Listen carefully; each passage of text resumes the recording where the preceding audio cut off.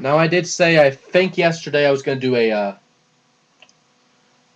WWE Fatal Four Way pay-per-view review, which I think I did a few predictions for that match for the card. Didn't do all of them because they added some for SmackDown, for Raw, for no NXT matches, but I'll get to that a little later.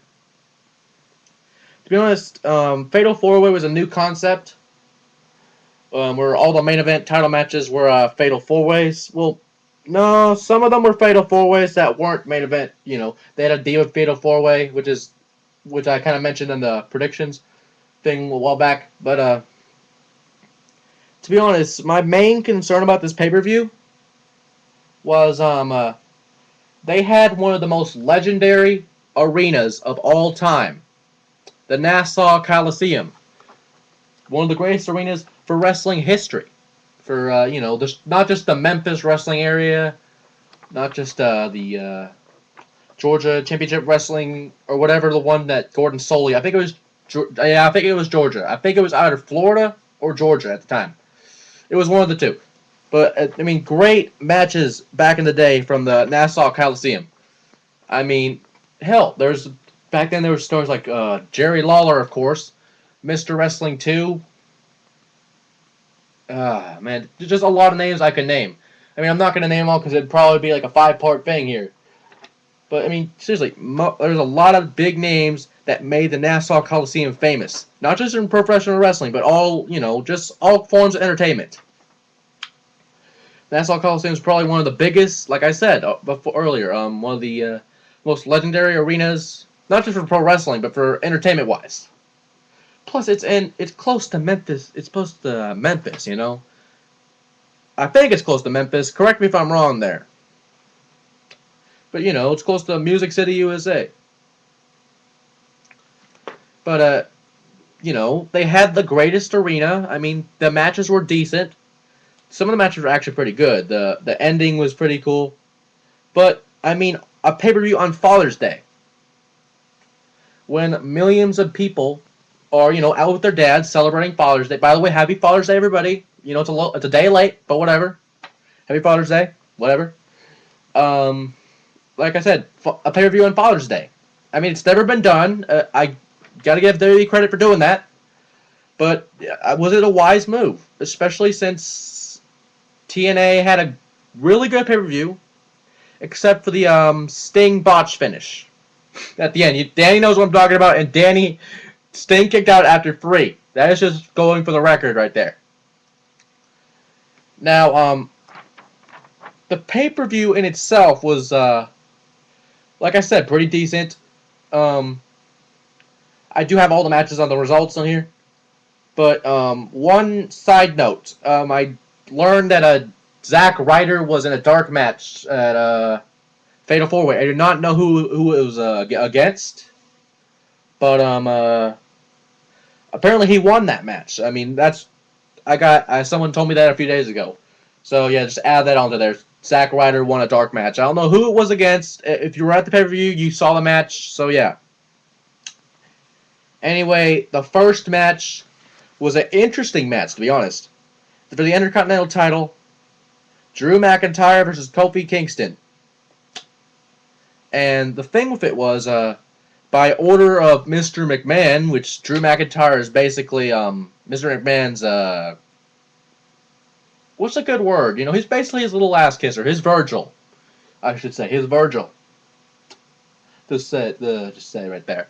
Even though Virgil is still in the WWE, thank God. They got a semi-legend in there, because it's fucking Virgil. Anyway, by order of Mr. McMahon, like I was saying, Teddy Long was the referee for that match, or either enforcer or referee. I do remember him having a referee shirt, so he would either an enforcer or a referee. Now, Teddy Long distracted Drew McIntyre and Matt Hardy, and plus Matt Hardy came in, because, Matt Hardy and Drew McIntyre had a rivalry going on, and he hit the Twist of Fate, and Kingston hit the, I forget his new finisher name, but he hit some, Trouble in Paradise. It's not a new one, my bad. He hit the Trouble in Paradise. I'm sorry, a little abbreviation there, TIP. But yeah, he hit the Trouble in Paradise. It was over. Kofi Kingston retained his Intercontinental title. Now, the match 2 was a Divas Championship match, and like I said, we were all winners in this. The first Fatal Four Way Diva title match, Divas Championship match in a very long time. Not just for the, because it's Diva title on the line, but we haven't seen a Women's Championship Fatal Four Way match in a while. Or just, a Diva Fatal Four Way in general. For a very long time, so it was a good treat for the fans. Now, there was a lot of action in there, and probably a lot of people were distracted by the Divas like Maurice and Eve and hell, Gail Campbell a little bit, Aiden Sensation shit in there. But what I actually honestly think, the underdog coming into this match actually wins the title. That's right. Alicia Fox, hits her little moonsault, and she hits her, I don't know if she hit the scissors kick or not, but she went for a moonsault, and she got the pin, 1, 2, 3, and new champion. And to be honest, Alicia Fox was not one of my. If I was going to pick a winner, she was not going to be my pick. So she shocked me, to be honest. She impressed me a little bit in that match. Now, match 3, the rematch, Evan Bourne. I don't know if it was a rematch because something happened on Raw. I think they made this match. Rematch or not, it was Evan Bourne versus Chris Jericho. Evan Bourne, it was a good match. Evan Bourne just gutbuster Jericho. It was a good, whatever. You call it a gutbuster? I think it's a gutbuster. We're going to call it a gutbuster. Pull a Dusty Rhodes there. Gutbuster. Even though that's probably a move. Jericho had the TV. It's the endings, by the way. The matches were pretty decent, but as I've already said. And Evan Bourne hits a shooting star press. One of the most impressive moves and formerly banned finishing moves of WWE history. The shooting star press got the win. 1, 2, 3 on Jericho. Now for the World Heavyweight Championship match, it was, of course, the champion, Jack Swagger, the All-American. You see, I'm tired of it. I'm not even going to do it anymore. Versus CM Punk with his little straight edge mask thing, which is pretty cool. Versus Big Show, which was probably one of the favorites to win this match. Versus Rey Mysterio. Now, Rey Mysterio actually won this match. Let me tell you how. With a 619 and Kane coming out. Kane did interfere in this match. But Kane, came out for Punk. And obviously, Rey Mysterio took advantage of that. Hit the 619, got the pin. Now, if this is your first time seeing Rey Mysterio as World Heavyweight Champion, believe it or not, this happened at WrestleMania 22 in a triple threat match against Kurt Angle and Randy Orton for the world title. So Rey Mysterio was not a stranger to world gold. And God, wrestling was, just not just wrestling, but WWE was actually more enjoyable to watch back then as Rey Mysterio as world champion. Hopefully this gets us out of the PG era, and Rey Mysterio, your new world champion, gonna be fucking awesome.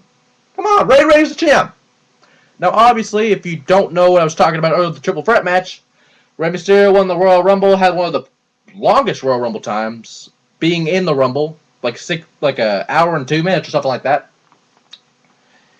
And it was because, Eddie Guerrero died at the time. Eddie. Eddie Guerrero, come on. Eddie Guerrero. Anyway, Rey, won the Royal Rumble, won a triple threat at that time, became new world champion. It was pretty enjoyable as Rey as champion. And it's ironic that Rey wins the title, not a triple threat match, but years later in a fatal four-way match. Rey is the new champion. 619 is the new champion of the world. Eddie's smiling down on you, my friend. And we'll be right back for part 2, because there's a little more matches to go on this, and they were actually pretty good, to be honest.